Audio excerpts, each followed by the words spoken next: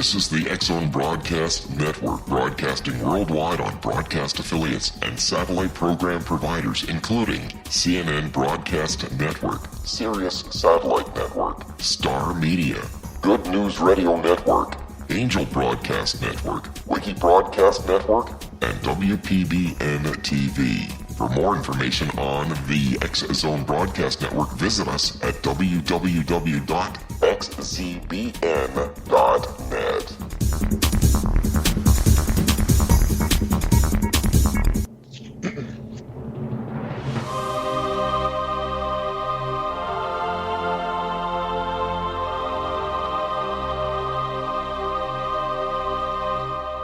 The Science of Magic with Gwilda Wiyaka is largely an opinion talk show. All opinions, comments, or statements of fact expressed by Gwilda Wiyaka's guests are strictly their own and are not to be construed as those of the Science of Magic or endorsed in any manner by Gwilda Wiyaka, REL-MAR McConnell Media Company, its affiliated networks, stations, or employees.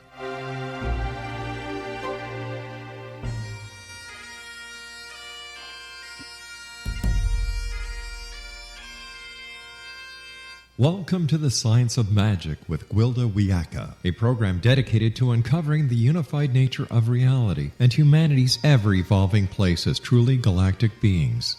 For more information on the Science of Magic with Gwilda Wiyaka, visit us online at www.thescienceofmagic.net.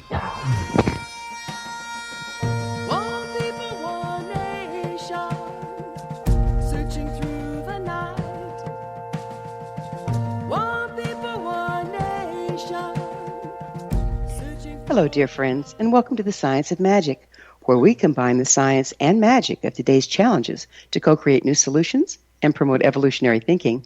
I'm your host, Gwilda Wiyaka. This hour we'll be exploring We Are the Ones. We are the ones, the time is now. This message is repeatedly stated in visions and ancient prophecies from indigenous cultures worldwide. Not only is it a universal foretelling, but in all accounts, from the ancient Mayans to the Andeans, the forecast points to now. Wisdom keepers from all over the globe indicate the time has come to share ancient knowledge preserved for millennia.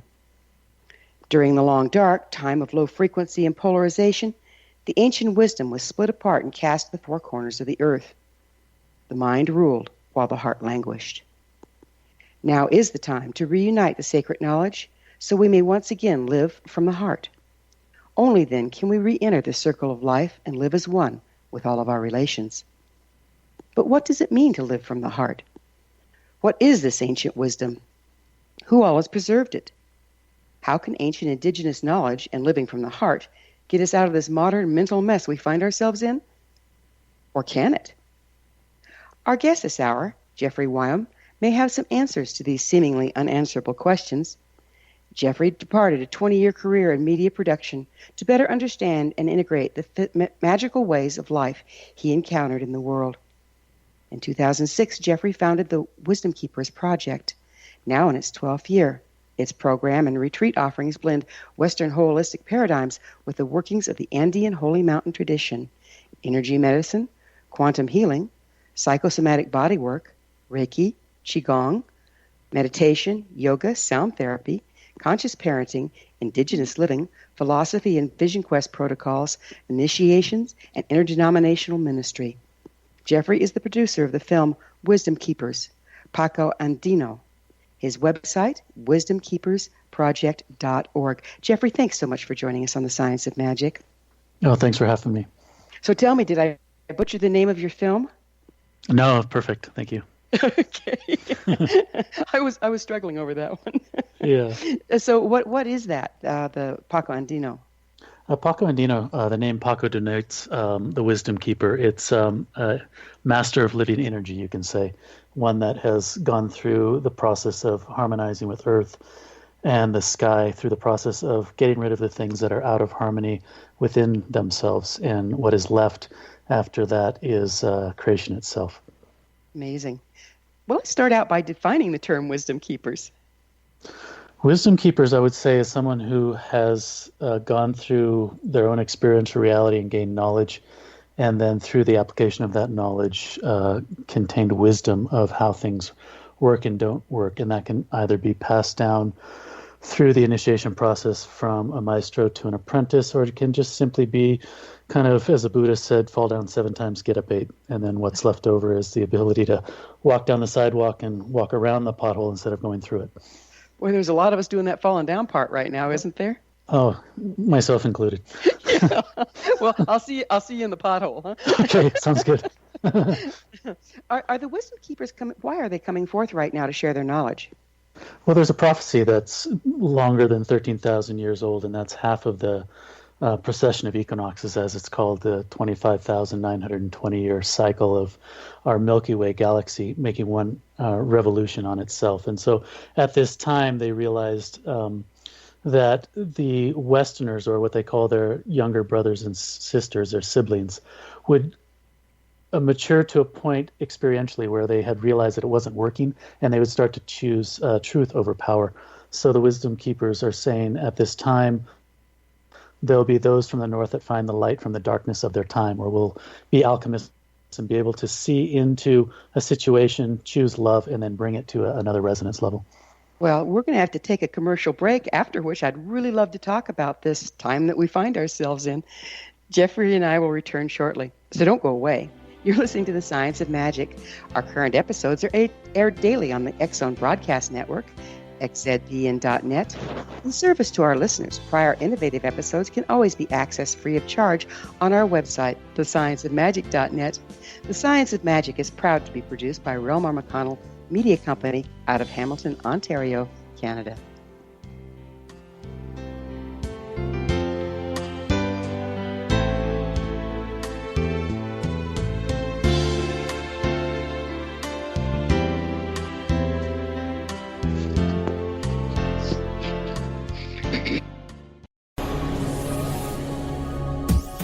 This is the X-Zone Broadcast Network, broadcasting worldwide on broadcast affiliates and satellite program providers, including CNN Broadcast Network, Sirius Satellite Network, Star Media, Good News Radio Network, Angel Broadcast Network, Wiki Broadcast Network, and WPBN TV. For more information on the X-Zone Broadcast Network, visit us at www.xzbn.net.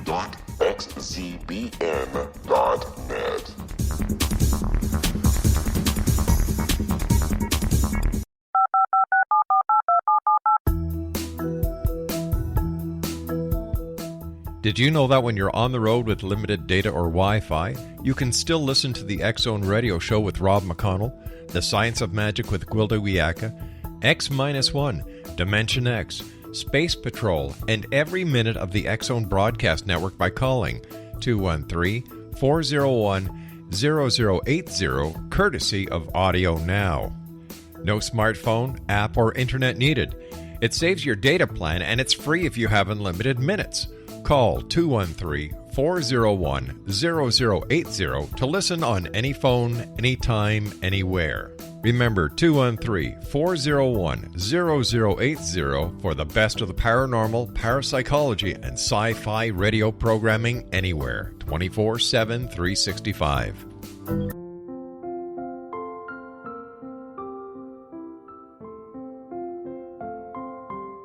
I am Dr. Carl O'Helvey, founder, president of a new cancer foundation focusing on evidence-based physical, mental, and spiritual interventions, including natural cancer cures, prayer, meditation, affirmations, nutrition, and other related holistic cancer prevention and cure modalities. These are used in cancer education, research, and financing care. I ask for your help to continue this important work by donating at www.holisticcancerfoundation.com.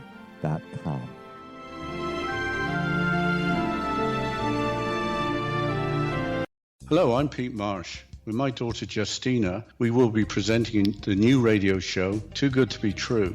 If something seems too good to be true, it usually is. But with the help of Justina's amazing gifts, we're going to gain insight into questions that don't yet have complete answers. Have you wondered who built Stonehenge and for what reason? Why are crop circles found in the same region as Stonehenge and elsewhere? Are crop circles a hoax, or are they created with technologies that we have little knowledge of? Who built the pyramids in Egypt and also in other countries? How and why were they built? Was the Titanic switched with the Britannic as part of a gigantic insurance fraud, or for more insidious reasons? What caused the Tunguska event when trees were flattened over an 800 square mile area in Siberia? Will the new insights be too good to be true? Well, that will depend on what you are prepared to believe. Please join us as we start on this journey together. For more information on Too Good to Be True, visit www.xzbn.net. Little children aren't the only ones afraid of the dark. Millions of soldiers return from war zones with PTSD, anger, frustration, fear, and loneliness, much of which surfaces during the darkness of the night. You have the chance to change the lives of these American heroes. Songs and Stories for Soldiers.us provides free MP3 players for these men and women. With a list of 3 million songs in 16 different styles, 100,000 audiobooks, and 30,000 old-time radio programs, every veteran can find something to soothe and comfort them at no cost. All our players contain an 8-hour audio program designed to help veterans fall asleep. With 1,500 plus vets now participating, it's our goal to deliver 10,000 audio players this year. Go to our website at songsandstoriesforsoldiers.us. Help us help a veteran make it through the night.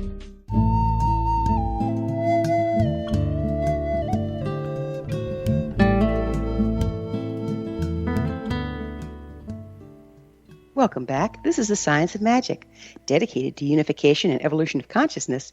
I'm your host, Gwilda Wiyaka. Our guest this hour is Jeffery Wium. He's the producer of the film Wisdom Keepers and the founder of Wisdomkeepers Project. His website, wisdomkeepersproject.org. Jeffery, we were just getting into why the time is now, why the indigenous people are all coming forward. And you spoke of the precession of equinoxes. Would you mind telling us a little bit of what that is? Yeah, that's a description of the rotation of the Milky Way galaxy. All of the arms, the giant spiral, take 25,920 years to make one complete evolution. And that's the sync point for the Mayan calendar and other timekeeping for larger cosmic cycles as opposed to just the 365-day Earth cycle of 1 year. You know, what I find fascinating, and maybe you can help me with this and maybe you can't, is, you know, the cultural base at the time when the Mayans built the calendar, there was no way. They didn't have telescopes. They didn't have, you know, they were supposedly sticks and stones kind of people almost. And yet they found the cosmic cycles that made the most accurate calendar known to man. How did that happen? Well, they have larger databases, you might say. They lived in a time before the fall or before we forgot everything, and so they can trace their knowledge back to time immemorial where, you know, without any electricity per se, you might say all you have is the stars to look, and you start to see the subtleties of the movements and the larger cycles. You also have the birth legends. For example, the Andean legend of how they first arrived at Lake Titicaca in a place called Tiwanaku is exactly the same as the Dogon people in Mali. And so if you go back thousands of years, how did those two peoples from seemingly different cultures and backgrounds have the exact same understanding of Sirius C, which science didn't understand its rotational, gravitational pull, or even its existence until just a couple of decades ago. So there's a lot of information out there that we have simply forgot. And that plays into the awakening that we're experiencing today. Do you think they shamanically accessed the information? Yes, I would say it's very much a matter of perceptual reality, but it's also handed down from higher intelligences, or you might even say off-planetary sources that actually came and seeded this planet. Amazing. And that would explain why there's so much commonality between all the indigenous cultures, even though they were isolated from each other. Exactly, yeah. Interesting. How can ancient indigenous knowledge be of use in these modern times?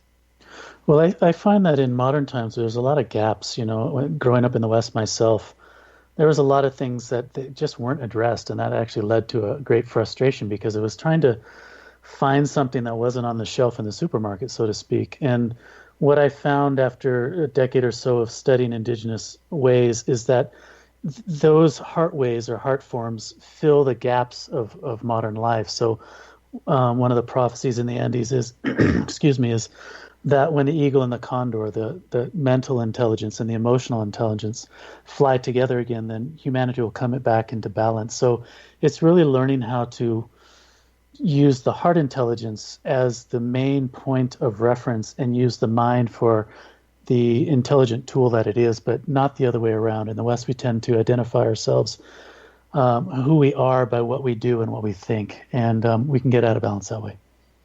Can and did, huh? Yeah. Yeah. So would you explain what heart intelligence is exactly? I would say it's an emotional state that's intrinsically feminine.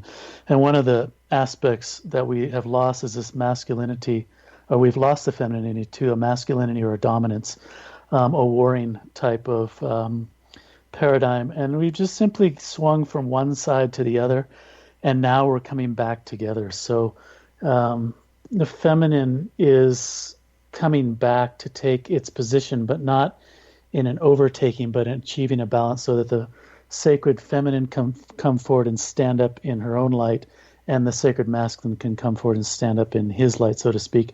And that exists outside of ourselves and inside of ourselves. And we have to begin inside and take the responsibility that through our perceptual reality, we are creating everything. And, use that term, one man's trash is another man's treasure. One person can look at one thing one way, and one person can look at something another way. So heart intelligence is going beyond the reaction of the mind and the psychosomatic creation that happens in the body, the perceptual awareness. And it allows us to address that our own mind at 1 year old creates a perspective of separation because it thinks from a point of view, and therefore everything else is separate. Whereas heart intelligence recognizes that I am one cell in a larger organism. I am one finger on a different hand. Like an aspen tree is just one upshoot of a larger organism, and the largest organism of the aspen is 1,200 acres in size. So as we start to awaken, we realize that we're all different perceptual points of view. That is one mind. Do you think that this? I'm sorry. No, go ahead. Do you think that this masculine imbalance versus, I believe there's a time when we were in feminine imbalance. Do you think that that's what's being supported based on where we find our relative positioning in the galaxy at any time? Yeah, everything is a precession. That's a precession equinoxes. They go through different stages. So if we are to come to realization, if we think of it incarnationally, I would believe that I want to be on both sides of the equation. So I understand what it's like to do something, and then be on the receiving end. And then with both of those experiences, I put them together to create a knowledge or a wisdom. And then hopefully that'll inform me how to conduct myself from both perspectives. So we get out of this duality space and we start to integrate and come back into a holistic paradigm. Aren't they all available at all times? It's just what's being more supported based on the frequencies we find ourselves in? Absolutely. And it's also encouraged through outside influences. So that means that each person is basically responsible. It's up to them whether they want to embrace unity or try to stay in the old paradigm. Is that correct? Yeah, down here in the dimensions, you have free will, and that is given the chance to either turn left or turn right, depending on what your choice or perspective is. And you're absolutely right. We have everything. We're born with everything we need. And so it's just a matter of filtering through and seeing what works and doesn't work, and hopefully choosing correctly. And I think that's what's happening now on the larger world stage. You have everything raising up. One thing was repressed, the other one was in power, and now it's switched. So now everything's up and everything's irritated. And then at some point, we'll finally get to the realization that we're tired of being at war, and we'll move through peace to our eternal essence, which has been there all along. It's just has been asleep, or it's atrophied because it hasn't been taken care of through the years. So one of the things I say is, if you want to know God, whatever God means to you, get rid of everything you're not, and what's left over is that eternal space. You speak of indigenous living. What is that exactly? I would say indigenous living is the original earthways that are in a harmonic with all life itself, that understands that there's a animistic principle or a consciousness that not only exists in everything, but is a part of everything. And indigenous ways of life are ones that call upon that in order to create the largest harmonic for the greater good. There's way too many of us on the planet right now to return to total indigenous ways. What do you see as the options? I think it's that balance. It's taking the indigenous heart forms and putting them into the gaps we find that have come out of specializing and focusing on quarterly production, for example. So it's not going back, but it's going forward and reintegrating everything so that our decisions are based on what not only what is best for what I perceive to be me, but more so what's based on for the person in front of me, or going to the Iroquois Nation, what's best for the 7 generations ahead of me. Isn't there an answer that fulfills all of that? Absolutely. Any dilemma? Absolutely, love. And I think that's just where we've grown afraid of each other. You know, we have experiences. We think there are certain things. Our friends or people tell us, "Oh, this is what I believe, and you should think this, and you should think that." And we have sports that say this team against that team, and we have all these constructs that we've created for separation. And now we've explored separation to the nth degree, and now I think we're going to naturally turn back and realize, I'm tired of being afraid. I'm tired of being alone. I'm tired of being separate. And that is probably the greatest journey that anyone will ever make, that journey back from the head back down to the heart. And again, that prophecy, when the eagle of the north and the condor of the south fly together, where did that originate? I can't say where it originated. I wasn't there at the time, but I do know it is very strongly through the Andean tradition, and it applies to the intelligence of the mind and the emotional intelligence of the heart.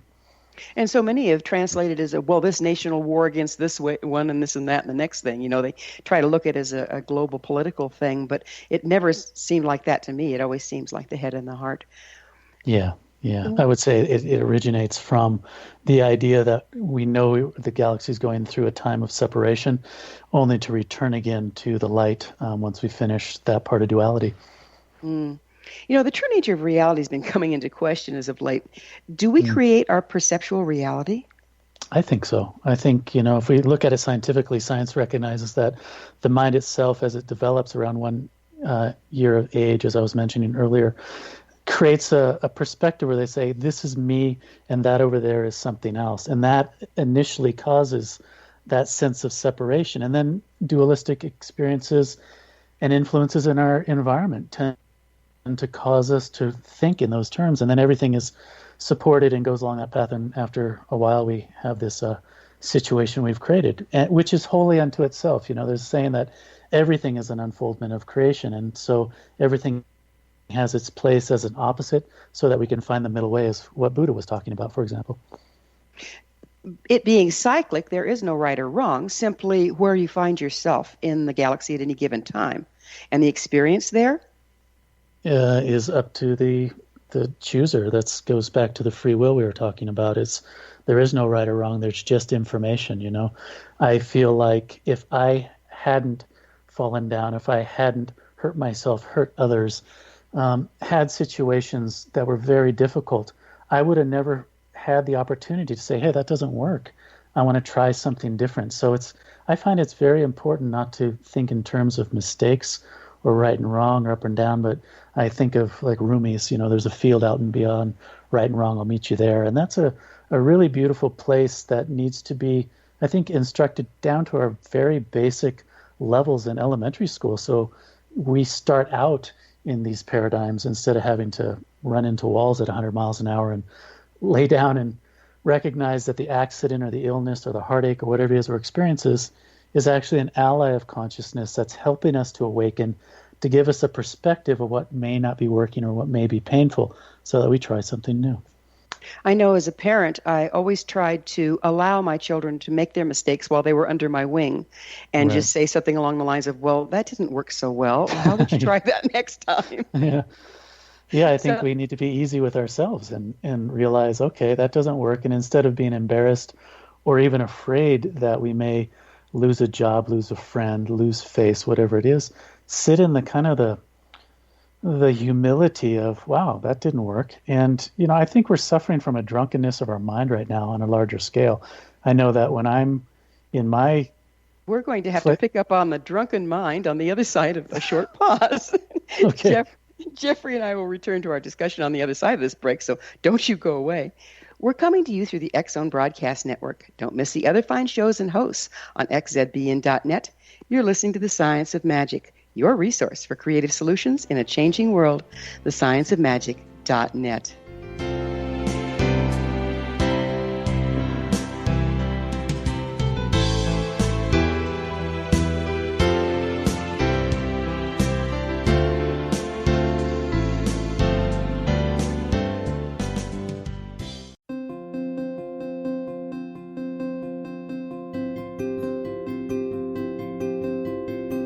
Dreams are our personal gateways into infinite wisdom. Don't miss shamanic counselor and indigenously trained dream decoder Sandra Corcoran's inspiring book, Shamanic Awakening Between the Dark and the Daylight. This remarkable work chronicles Sandra's 35 years of experience with diverse wisdom keepers and her initiations throughout the Americas and across the British Isles, Turkey, Greece, and Egypt. Sandy's knowledge of symbology, psychology, and myth influence her dream blog and workshops. Sandy offers private tarot readings, international journeys, a meditative CD, as well as her book, Shamanic Awakening, to encourage you as you navigate this earth walk, creating a deeper connection to yourself and all that is. Find this and more at Sandy's website, starwalkervisions.com.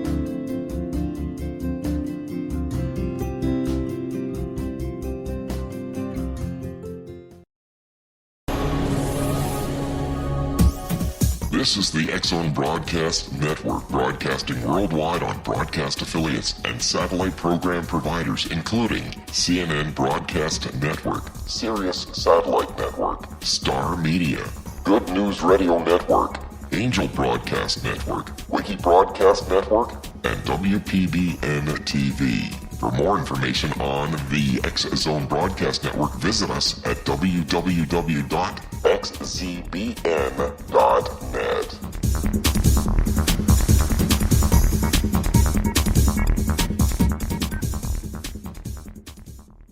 How would you like to be able to read other people's minds? Well, the next best thing is here. When you know how to read a person's name, you know how the person thinks, feels, and behaves. Each letter in our name holds a key to unlock our true essence. Our name contains both our gifts and challenges in this lifetime. Nemology science discovers personality secrets hidden in the placement of the letters of our names, including the first and last impression people remember about us. Sharon shows us how to interpret the arrangement of letters as outlined in her book, Know the Name, Know the Person. Sharon Lynn Wyeth created nemology science after 18 years of research and testing her theories, and has supported thousands of people around the world in understanding themselves and others better. You'll enjoy Sharon's unique teachings as she shares her system to learn the gifts behind your given birth name. Even if you don't like your birth name, there are jewels in this book. If you're thinking of changing your name, ready to name your child, or wanting to get along better with others, this is the book for you. If you'd like to improve your relationships and change your life for the better, get the book today, Know the Name, Know the Person, or visit www.knowthename.com. That's www.knowthename.com.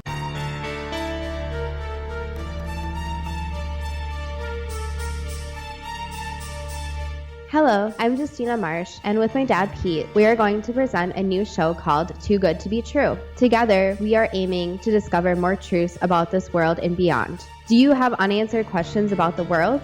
Do you ever wonder about aliens, conspiracy theories, or the universe?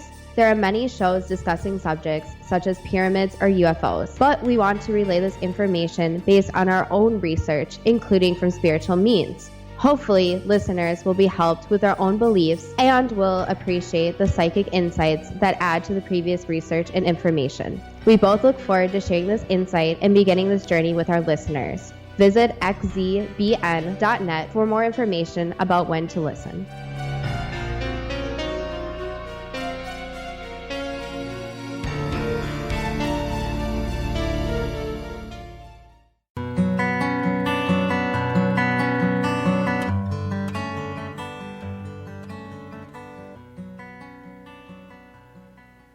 Welcome back. This is The Science of Magic, a place where magic and science come together to promote enlightenment. I'm your host, Gwilda Wiyaka. Our guest this hour, Jeffery Wium, is the producer of the film Wisdom Keepers. His website, wisdomkeepersproject.org. Jeffrey, we were talking about the drunken mind, and it occurs to me that as we enter these higher frequency times, the mind, being relatively polarized, is really being challenged to be able to keep up and translate the information. Yeah, I would agree. One of the things that has happened is the right lobe of our mind, the feminine, all-intuitive, knowing mind, has been in the back seat to the analytical, over fearful left mind that is always sitting in opposite of itself. And so what has happened is we've come out of balance, and we've kind of become drunk on thinking about everything, and really we're kind of afraid not to think. But ironically, our culture is based on smarts, based on analytical skills. We're given raises and accolades based on how well we can think about something. And I think it might be time just to back out of that and sit in the not knowing, because that, to me, is where the true wisdom lies. In the not knowing. I like that a lot. Do you think that the separation of the mind, that we've been talking about, and polarized existence, how does that interface, or does it, with intuition? I think it's just one foot. So we've been hopping along on the left foot, so to speak, for a very long time, thinking and analyzing, and now we just need to employ the other side, which is the intuitive. In the Andes, they have one of the wisdom centers is called the Yachai, and that is a marriage of intuitive intelligence and experiential knowledge. How did you end up working with the Andeans? Quite by accident, actually, as a joke. I hurt myself filming a reality TV show, of all things, and it turned out to be my reality check, where I woke up to realize I was pretty much on my left side of my mind. And through the process of having everything broken down for me and going into what is perceived to be a hardship, it turned out to be the greatest gift I've ever received, because it gave me a chance to really look at everything instead of just continuing along in the momentum I'd built up in my professional career. One of those proverbial potholes. Yeah, and it was a deep one. It was kind of like, ow, okay, thank you. And that's why I call it the allies of consciousness, because I wasn't able to have a perspective that perhaps this was a limited way of operating until I realized I found the pothole, so to speak.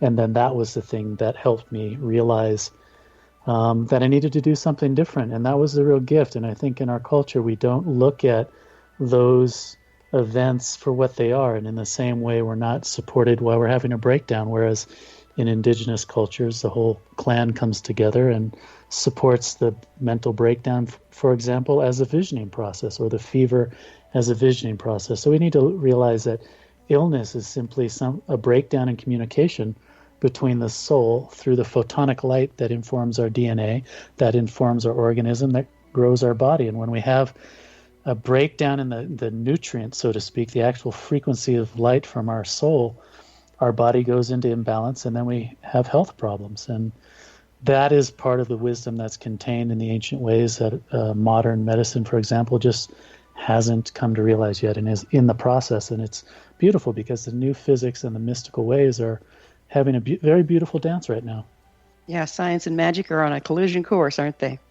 Dancing away, the tango, yep. How can we transform how we perceive and interact with the world around us? Short of, like in my case, running into a bridge and losing your short-term memory, or in yours, falling into a pothole. Right. I would say to take a breath and allow ourselves a space so we don't think we have to know the answer. One thing I've come to understand and appreciate so deeply is the space of not knowing, because the only way we can know something is to have a space of not knowing. The only way we can find comfort is if we have a discomfort that we create comfort from. You don't create comfort from comfort. You don't create ease from dis-ease. So if we allow ourselves the great question, and even so much as sit back in a reposed, reclined position and say, I don't know what is best, and then ask for signs and signals, have a dialogue, or what people might call prayer, to the unseen and eternal forces. And it takes a lot of courage to sit in that space and allow the universe to show up and orchestrate itself to support you, as opposed to thinking we're all alone, this is the only life, we're the only intelligent species, and we have to do it all ourselves. And that, I think, is part of the problem, or part of the temporary imbalance, I should say, is that we operate from a scarcity and a separation. Whereas, for example, in the Andes, the Quechua language doesn't even have the word to have. There's no possessive, so therefore there's no isolation, there's no separation. It's really it's really a space of allowing what has never been to happen without us getting in the way. I've often said that everything we own actually owns a piece of us. And and it freezes us in place, doesn't it? It does. It's when we operate on what we have, we get into trouble, and that goes right into the fight or flight mechanism. When we enter into a state of fear, we base all of our actions on what happened yesterday or before because it's trying to keep us safe. And when doing so, it disregards or disallows anything new to happen. So we have to allow ourselves to go into those spaces, be mindful enough to recognize that our mind is trying to keep us safe based on old paradigms, but that really isn't necessarily the best way to go. And so if all we know is war, we may think we're safe in war, but it's not true. And I find that all the time working with people, both in one-on-one and in group settings. It's about being in the present moment then. It is, and it's also sitting in a place where you don't think you know what the outcome's going to be based on the limited constructs of the mind. Well, isn't the outcome based on the past, superimposing the events of the past and projecting them onto the future? That's one aspect, but that's a very limited point of view. I would say the true wisdom keepers, or the intelligence that sits in the heart, is to recognize that any outcome is possible, and one man's trash is another's treasure. So if I have someone coming at me, screaming at me, or wanting to harm me, I can either be fearful, defend myself, take proactive measures to harm them or run away, or I can sit in a space and say, wow, look at this person who's feeling an absence of love and is coming at me from that space. How can I best facilitate a space so that I don't engage in war, but I engage in this heart center, so it shows them perhaps a loving kindness that they've been screaming out for. That takes a lot of courage. Yeah. What does it mean? You said something in one of your writings that I found very interesting. To be the storyteller and the story. Well, that is the realization that there is nowhere we don't exist. One of the limitations of where we are today is we think we're just ourselves in this body, and there is no other. There's another saying that says, God is nowhere outside of within, whatever God means to any one person. And that is the idea that we are expressions of consciousness in a finite form, or a hollow reed through which we extend ourselves. And the part of waking up is to wake up to not only a wider perspective within this body, but to wake up to a state of realization that we exist everywhere in different forms and different energetic signatures. And so at that state of creation, we are the one who is writing the story that is extending through this organism that I call Jeff, for example. And we are the actor on that stage, and we are doing all things at once. So awakening is opening up to all the perspectives. And when you wake up to that, it's much easier to take responsibility for both ends of the equation. And that, I would say, is probably the most difficult process anyone will undertake. Yeah, it's hard to wrap the mind around that one, isn't it? It is. The mind can't contain that one, that's for sure. Yeah, I'm running into a lot of that stuff that my mind just can't contain. Me too. So when we're talking about being the storyteller and the story, how does that relate to being the manifester and the manifested? Oh, it's exactly the same thing. So if I'm sitting in form as what I perceive to be Jeff here in any given place, and I think that what is actually happening is limited to what I can perceive from my own human point of view, then I'm going to live in a limited existence, is where we find ourselves today, because the other aspects have atrophied. For example, the Kogi people in northern Colombia, the Mamas, or their version of the Paqos, when they're recognized, like the Rinpoches are recognized in Tibet, they're taken into isolation in the dark and in their caves for the first 7 years of their lives in order to develop their holistic sensibilities and sensitivities.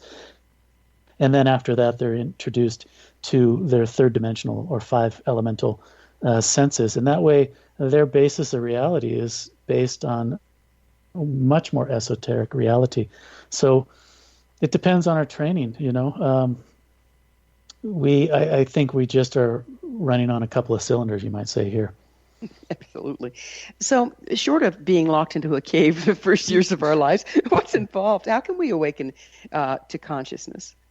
Well, the thing I've found is it's experiential, and that's the reason why I do the programs and the retreats, is to hold a space for people to discover it for themselves. The teacher model was fantastic, but it's no longer. It's now about guidance to help people find the light or the intelligence that sits inside of them, both in the yachai, or that intelligence of the mind, the moon eye, what they call it in the Andes, the intelligence of the heart, and then a combination of creative fertility and will, the second and the third chakra, or yonkai, and then those 3 main power centers to be developed and given opportunity to guide themselves in safe settings in order to find their way in this world. And it's tough because the world may not respond to you in that idealistic way, but that's the thing that gives you the opportunity to make the choice through free will to do something different, And the funny thing is, when you do something different, the world out there thinks you're weird or strange and all that. But I look at Steve Jobs and him saying, think different. And,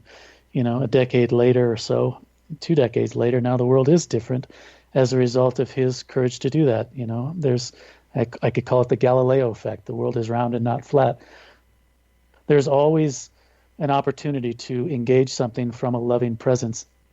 It just may not be the cultural norm, but it takes the pioneer and the courage to go into those spaces. And crabs in a pot always try to pull the other crab back down, and it just takes a lot of determination and sometimes a lot of tears to do this. But there's a lot of that happening now in a number of places where this type of work is happening. And at the same time, that's why you see the Paqos in the Andes and the various indigenous elders coming down and offering their part of the equation to form a larger solution.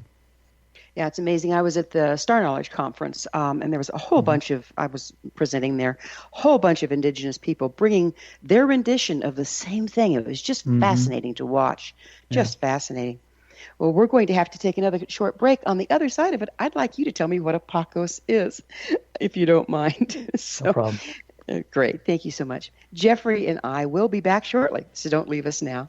This is the Science of Magic, your resource to altruistic professionals of science and the esoteric working to create common ground for the betterment of our world. Join our email family to receive our amazing topic-driven episode collections at thescienceofmagic.net. Past episodes can always be accessed free of charge on our website, thescienceofmagic.net.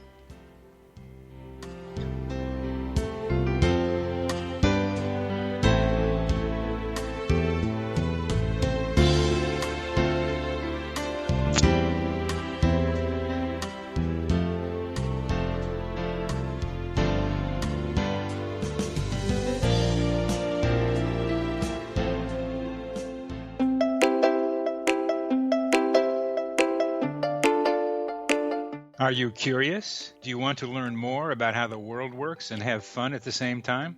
Study coincidences with me, Dr. Bernie Beitman, MD, on my Connecting with Coincidence radio show here on the XZBN network. Listen to Jungians theorize, statisticians randomize, true believers evangelize, while I categorize. I dance to the rhythm of coincidences. People who experience me see more of them. Maybe something on the show matches a thought in your mind. Let us know. Expand your mind to the weirdness happening around you. Synchronicity spoken here, there, and everywhere. For more information, put Connecting with Coincidence in your search engine and find my website, my social media sites, and my blog.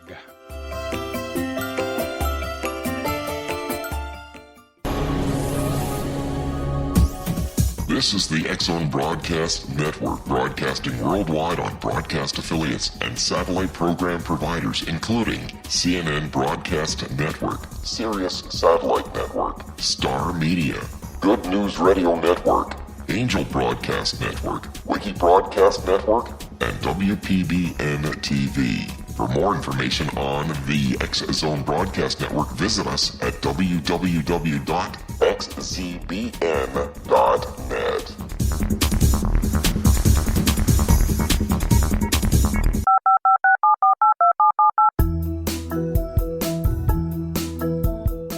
Did you know that when you're on the road with limited data or Wi-Fi, you can still listen to the X Zone Radio Show with Rob McConnell, The Science of Magic with Gwilda Wiyaka, X-1, Dimension X, Space Patrol, and every minute of the X Zone Broadcast Network by calling 213-401-0080, courtesy of Audio Now. No smartphone, app, or internet needed. It saves your data plan, and it's free if you have unlimited minutes. Call 213-401-0080 to listen on any phone, anytime, anywhere. Remember 213-401-0080 for the best of the paranormal, parapsychology, and sci-fi radio programming anywhere, 24/7, 365.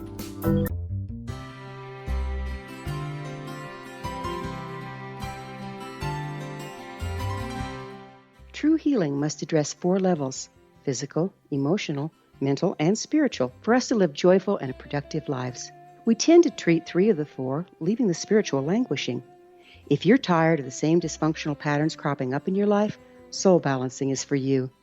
Trixie Phelps, owner and founder of Soul Balancing, is a naturally gifted energy healer trained in numerous esoteric forms, including shamanism. Trixie has created a powerful modality that safely and effectively clears your energetic field. A soul balancing session can remove interference, heal trauma, and restore your hope. Contact Trixie for a life-changing long-distance session today, www.soulbalancing.world.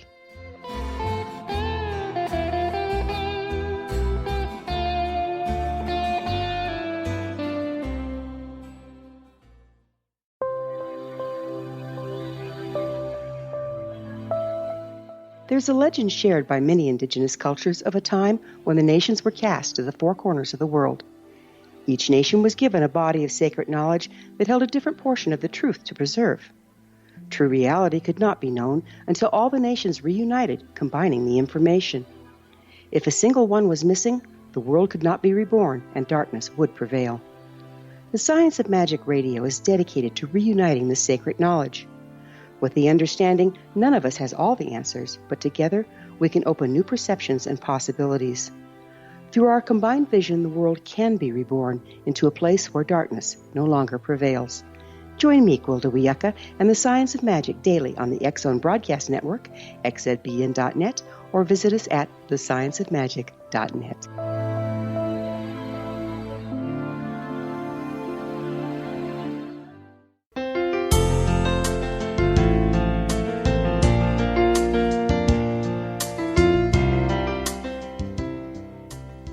Welcome back. This is the Science of Magic, bringing together gifted people of service to the world. I'm your host, Gwilda Wiyaka. What's up in your world? Email me at info@thescienceofmagic.net and suggest a topic or guest that's on your mind. You're probably not the only one interested in listening. Our guest this hour, Jeffery Wium, is the founder of Wisdomkeepers Project. His website, wisdomkeepersproject.org. Jeffery, we were just about to define the Paqos. Tell us about the Paqos. The Paqos are, you could call them the medicine people of the high Andes. Excuse me. A lot of people will confuse them as shaman, and they're not really shaman. Shaman is a different construct. These are, you could call it a vertical working aspect where you see something that may be in its incomplete form here in manifested reality, and they call upon the Iya, or the unmanifest energy, in order to bring that down and create a complete form. They are. Go ahead. Go ahead. Oh, it's kind of like galactic shamanism, then. Yeah, it's a celestial shamanism. The Paqos exist on 13 different levels of initiation. In the beginning, they start working with their own ego, and the funny word in Quechua for ego is actually caca, so you have to deal with your caca, which is totally appropriate, you know. Absolutely.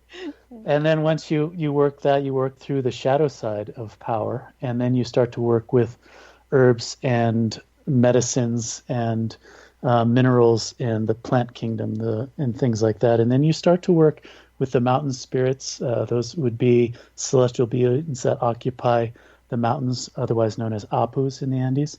And those exist in 4 different levels. And then if your training takes you up and your dedication keeps you going up into the 7th level, it transitions from what's called a Pampa Messiah, which is Pampa means earth or land, one who does the earthwork, to Alto Messiah. And those are words that the Spanish chroniclers created, alto meaning high, misa meaning the mass or the altar, and then yoke, one who embodies. So Alto Messiah, one who embodies the high mass or the celestial realms. And then at that point it transitions and you start working in celestial ways in addition to all the earth matters, and you start to translate that Iya down into matter and bring it into resolution. And then those levels continue up into off-planetary realities and dimensionalities and interdimensional work, so that you're working in the overall construct with different levels of consciousness in different realms.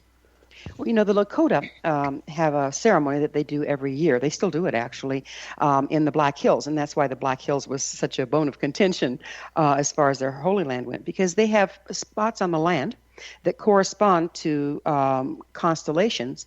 And they have members of families that for generations have passed down ceremony that they perform on those spots at a particular time of each year. So it's like rebalancing heaven and earth. Well, heaven and earth is always balanced.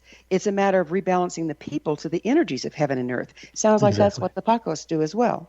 Absolutely. You could call them intermediaries between heaven and earth. And so it's having a dialogue or a praying into, it's really tapping into the etheric blueprint or the DNA and bringing in the frequencies to balance people who right now we're undergoing. Just this past weekend was a huge cosmic influx of energy, and it caused a lot of unsettling and discomfort for people. And so the Paqo's job is to help people integrate that or prepare the garden, so to speak, so that that next level of consciousness can grow out of it. I'm glad you mentioned that, because I certainly see in my practice where there'll be a theme running through it. Everybody will have their different rendition, but it's like we're all being bathed in something that's bubbling a particular issue forward. Is that what you're talking about? Yeah, I would say we just have to address the resistance that we have inside. There's the largest problem we have is our resistance to change. We usually tend to wait until change is easier than staying stuck, and then we make that thing. That's a very painful way of doing it. So they help to bring in a means and a way for people to work and evolve consciously instead of waiting until the imbalance comes from the disease, because they're not integrating the energies and therefore creating a disharmonic in themselves. As we've moved into this particular part of the galaxy, into this particular age, it appears that things are moving much more quickly. And of course, that was prophesized that time would shorten. Mm-hmm. We don't have as much leeway to just sit on the fence, do we? No, it's here and now. And, we're coming up, this solstice we're coming up to is going to be very powerful, because there's going to be a dissolution between what you call 3D and then above 3D, a 5D, for example, whereas now there's a little bit of a interface that's going to dissolve, and we're going to really need to step it up and be at a higher cognitive and a higher energetic level. And part of the prophecies is you'll start to see kind of appearance of kind of a mental discomfort or imbalance, because people that aren't able to digest or operate at these higher frequencies are going to start struggling. There's so much talk about moving from the 4th world to the 5th world. Is this what you're talking about? Exactly. Yeah, the Hopi, the 5th sun, you could call it. And we're moving to a time of a reconnectivity and that balance between heaven and earth and heart and mind. And those that choose to just stay in a state of war will start to suffer because of that. It's where we came from long ago, and it's where we're returning to. We're just on a different plane of that evolutionary spiral. Also the Mayan, they talked about the end of days. But days was shifting between positive and negative, or polarized being. So It's the same thing they're prophesizing, isn't it? Yeah, I find throughout the world they're all speaking the same language. In other words, we just speak different languages. That might be our problem. We could be in some exciting times, right? Absolutely. Yeah. And I think it all is an opportunity as well. That's important for me to say, because it's very easy to go into fear, because that's kind of pushed out through the media these days. And to understand, not all media, of course, but, the mainstream. And we have to understand that everything is just a perspective, and our truth comes from our experiential reality. How many of us do you think it's going to take? I mean, some people say, well, everybody has to move at once or we're all doomed. How many do you think it's going to take to step into this new way of being before it predominates? Well, there's the 100th monkey effect, and some people will say 144,000. Other people will say 12% of the world's population. So it's right around there. It's surprisingly not many on the overall scale. And it's very easy to look out and say, wow, there's a lot of work to do, because there's a lot of imbalance out there. And I just tend to say, focus on the balance, because whatever you focus on, it makes it stronger. Absolutely. Absolutely. No truer words were ever spoken. Jeffrey, do you see us being in an environmental crisis? I see us in a place where we're recognizing what no longer works. I wouldn't call it a crisis. I would say we're just very strongly in a space where we recognize it's time for change. And, the interesting thing is, like in the Andes, for example, they say the wisdom is stored in the glacier. And in order for people to absorb that wisdom, the glaciers need to melt. And that's based on larger solar cycles. And if you look out even in the planets in our own solar system, all of the planets are increasing their temperature. So it's not just global warming here based on so much of what we're putting into the atmosphere, but it's part of the galactic rotation and the increase of energies from the sun and the cosmos that are coming through that are increasing the temperature everywhere. So everything is in perfect order. Everything is in perfect unfoldment. We can either say the sky is falling or we're levitating, one of the two. Yeah, I like that. One of the things that I've noticed is, we're moving into a more higher charged part of the galaxy. That's exciting the plasma on the leading edge of the sun's heliosphere, which is bathing interplanetary space. So it's not just the Earth that's heating up. All the other planets are heating also. And that's scientifically based. So we kind of have a large view of ourselves that we're the ones causing all of this, yes? Yeah, I mean, there's certain agendas being pushed, and, it's all for various reasons. But, I think when people come to understand what's really going on, then that will take away a lot of the fear. And I'm grateful for programs like this that put that information out there, because it's really needed. And we all need to find the place where we can come to our best center. And it doesn't take much. A lot of people ask me, what can I do to help? And the answer is quite simple, and it's what the elders always say. It's just like change your heart. And from there, and occupying that loving space, you'll change your perspective, and you'll understand that there's opportunity in everything you do to bring that loving kindness and presence. And, to overcome the knee-jerk reaction to oppose and go to war. And, from there, it's just a matter of us coming back together, and we're much stronger as a collective than we are individually. So we swung way out to one edge of the pendulum into individuality and fear, and now we're coming back into a collective balance in between. So we're about out of time. Would you share what you think is the single most important thing a person can do to step out of this illusion of separation? I think take a look very deeply in the mirror and ask ourselves, what we're afraid of, and then find someone who has the capacity to listen, and ask them to listen and talk and let yourself spill forth everything you're afraid of, and be heard for that, and then be reassured that everything is fine. We just need to come out of isolation and not be afraid of ourselves and each other, and stop trying to perform in order to get acceptance externally and validation externally, and really turn inward and start to develop the community, the tribe, the spaces where we can sit and care for one another. And that's very important between men and women at this time, because there's a huge imbalance between masculinity and femininity, not only outside of ourselves, but inside of ourselves. This has been so amazing. I really don't want it to end, but we're out of time. Jeffrey, thanks so much for coming on the show. Oh, thank you so much. Our guest this hour has been Jeffery Wium, producer of the film Wisdom Keepers and the founder of Wisdom Keepers Project. His website, wisdomkeepers.project.org. This has been The Science of Magic. Join our email family to be the first to receive our topic-driven episodes at thescienceofmagic.net. Until next time, dear ones, may you be blessed with knowledge and comforted with love as you embrace the intelligence of your heart.